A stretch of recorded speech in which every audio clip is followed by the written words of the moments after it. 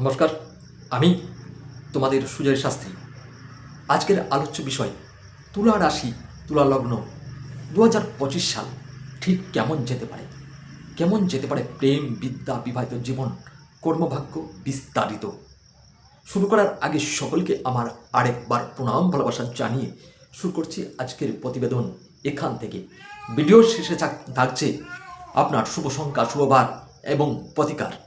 প্রথমেই আসব গ্রহদের যে অবস্থান, যে চারটি গ্রহ তাদের অবস্থান পরিবর্তন করছেন, তাদের প্রভাব আপনার জীবনে কি প্রভাব ফেলতে পারে। বৃহস্পতি 15ই মে বৃষ রাশি থেকে চলে আসবেন মিথুন রাশির ঘরে, অর্থাৎ আপনার তুলা রাশির সাপেক্ষে নবমভাবে শনিদেব 30শে মার্চ কুম্ভ রাশি থেকে চলে যাবেন মীন রাশির ঘরে, অর্থাৎ ষষ্ঠভাবে। অন্যদিকে রাহুদেব আপনার মীন রাশি থেকে কুম্ভ রাশিতে আসবেন, অর্থাৎ পঞ্চমভাবে। অন্যদিকে কেতু দ্বাদশ ভাব থেকে একাদশভাবে প্রবেশ করবেন, অর্থাৎ সিংহ রাশিতে। এই পরিপ্রেক্ষিতে আপনাদের 2025 ঠিক কেমন যেতে পারে। প্রথমেই আসব বৃহস্পতির কথায়। বৃহস্পতি আপনার তুলা রাশি, তুলা লগ্ন সাপেক্ষে বৃহস্পতি অবস্থান করছেন আপনার অষ্টমভাবে, অর্থাৎ বৃষ রাশির ঘরে। 15 মের আগে পর্যন্ত এখানেই বসে থাকবেন বৃহস্পতি। তাই এই সময় বৃহস্পতির যে অষ্টম ভাব, যে প্রভাব আপনার জীবনে ফেলতে পারে, আপনার শারীরিক বা স্বাস্থ্য, সে সম্পর্কে বলা যাক বছরের প্রথমার্ধের তুলনায় দ্বিতীয়ার্ধে আপনার শারীরিক সমস্যা দেখা দিতে পারে। এই সময় পেট, লিভার, কিডনি, সুগার, নানা রকম সমস্যা আপনার জর্জিত হতে পারেন। এমনকি দাঁত, কোমরের সমস্যা আসতে পারে। 2025 সালের 15 মের আগে পর্যন্ত বৃহস্পতির পঞ্চম দৃষ্টি রাশিতে পড়বে। তখন আপনাদের ম্যানেজমেন্ট করার ক্ষমতাটা বেড়ে যাবে, যেহেতু বৃহস্পতি ম্যানেজমেন্ট করতে শেখায় এবং বৃহস্পতি সামাজিক গ্রহ। আপনাদের এই সময় সামাজিকভাবে সমাজে সম্মান, প্রতিপত্তি বাড়বে এবং ম্যানেজমেন্ট ঠিকঠাকভাবে করতে পারবেন এবং সকলকে নিয়ে আপনার যে ম্যানেজমেন্টের ক্ষমতাটা, সেই জায়গাটা বৃহস্পতি বাড়িয়ে তুলবে। 14 মের আগে পর্যন্ত বৃহস্পতির সপ্তম দৃষ্টি আপনার দ্বিতীয় ভাবে পড়বে। আর দ্বিতীয় ভাব অর্থাৎ অর্থভাব, অর্থাৎ এই সময় আপনার অর্থনৈতিক অবস্থা ভালো থাকবে। অর্থের দিক আপনার খুব শুভ হতে চলেছে। অর্থের দিক আপনার ফুলে ফেঁপে উঠবে। সেদিক থেকে আপনি নিশ্চিন্তে থাকতে পারেন। অর্থের দিক সমস্যা থেকে আপনি মুক্তি পাবেন। শুধু তাই নয়, এই সময় আপনি আপনার পারিবারিক সদস্যদের সাথে আপনার একটা সুসম্পর্ক গড়ে উঠবে। বৃহস্পতির নবম দৃষ্টি যখন আপনার পঞ্চমভাবে পড়বে, তখন আপনারা সন্তান নেবার প্ল্যানিং করতে পারেন। যারা দীর্ঘদিন ধরে সন্তান নিতে পারছিলেন না বা কোনো রকম সমস্যা আসছিল, এই বৃহস্পতির নবম দৃষ্টি যখন পঞ্চমভাবে পড়বে, তখন আপনার সন্তান নেবার প্ল্যানিং করতে পারেন। এই সময় আপনার সন্তান লাভ হতে পারে। এবং যারা উচ্চশিক্ষার্থী আছেন, তাদের উচ্চশিক্ষায় ভালো হবে।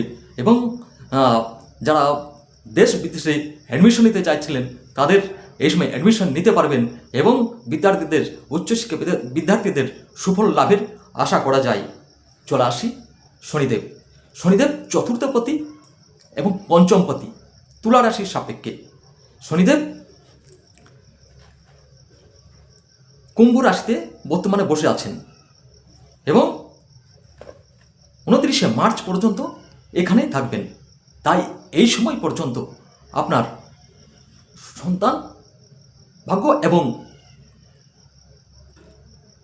প্রেম ভাগ্য ভালো বলা যেতে পারে।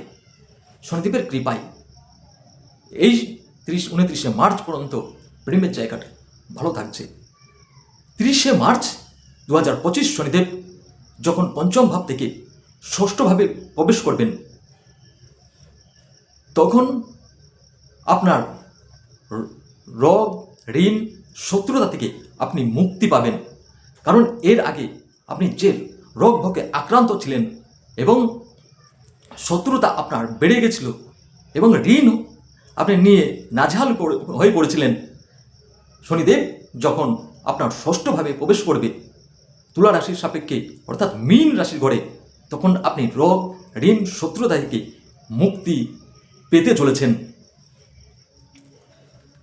শনির দৃষ্টি যখন দ্বাদশভাবে পড়বে তখন আপনার দূরযাত্রা দূরভ্রমণ হতে পারে এবং বিদেশে যারা কর্মরত তারা কর্মের জায়গাটা আরও সুন্দর হতে চলেছে এবং শনিদেবের কৃপায় আপনার এ সময় ভ্রমণ হতে পারে। দূরযাত্রা দূরভ্রমণে আপনি ভালো ফল এবং সুস্থ সবলভাবে চালিয়ে যেতে পারবেন।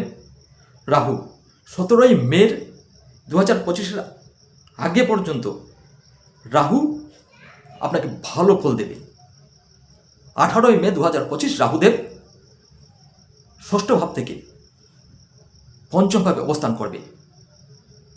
17ই মের আগে পর্যন্ত রাহুদেব আপনাকে চালাক চতুর করে রেখেছিল তাই এবং কর্মমুখীও করে তুলে রেখেছিল, তাই 17ই মের আগে পর্যন্ত রাহুদেব আপনাকে ভালো ফল দেবে, ভালো ফলের আশা করতে পারেন এবং নতুন কর্ম লাভ আপনারা করতে পারেন।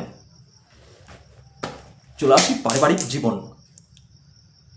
2025 পারিবারিক জীবন বছরের প্রথমার্ধের তুলনায় দ্বিতীয়ার্ধের সময় পারিবারিক সম্পর্ক ভালো থাকবে এবং এই সময় নতুন প্রেম আসতে পারে, প্রেমজ বিবাহ হতে পারে, পুরনো প্রেম ভেঙে যেতে পারে।